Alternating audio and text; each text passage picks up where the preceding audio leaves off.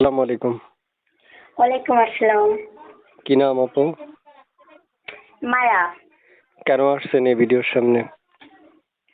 ভিডিওর সামনে তো ভাই অনেক কষ্ট বুকে নিয়ে আসা।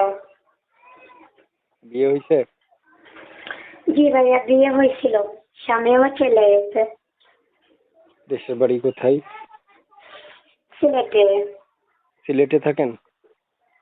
না, এখন আছি ঢাকায়, প্রিয় ঢাকা দর্শক, গাজীপুর।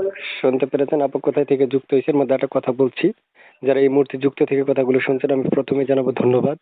পাশাপাশি বলবো অবশ্যই চ্যানেলটা সাবস্ক্রাইব করে রাখবেন, কারণ চ্যানেলটা যদি আপনি সাবস্ক্রাইব না করেন উনি আপনার কলটা রিসিভ করবে না, তাই প্রয়োজন চ্যানেলটাকে সাবস্ক্রাইব করা।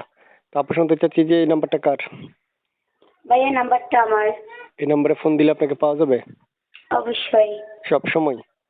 সবসময়। মনের মানুষটা কেমন বয়সী চাচ্ছেন?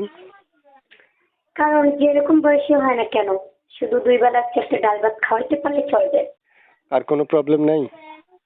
না, কারণ আমার বিয়ে হয়েছে যে জায়গায়, সে জায়গায় তো দেখতে ছেলে বিয়ে করবে না, বিবাহিতই করবে।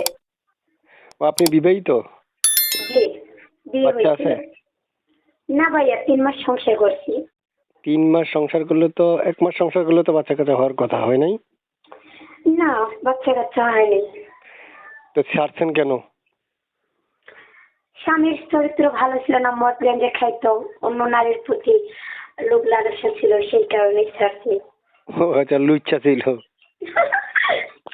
আচ্ছা আচ্ছা আচ্ছা। আল্লাহ। প্রিয় দর্শক, যারা যুক্ত থেকে কথাগুলো শুনছেন তাদেরকে জানাচ্ছি অসংখ্য ধন্যবাদ।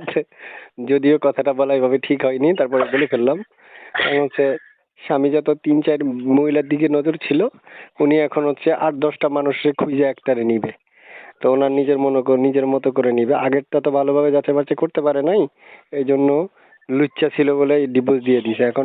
এখনকারটা ভালোভাবে যাচাই বাছাই কইরা মনে হয় যত সম্ভব বিয়ে বসার সিদ্ধান্ত নিছেন না আপু?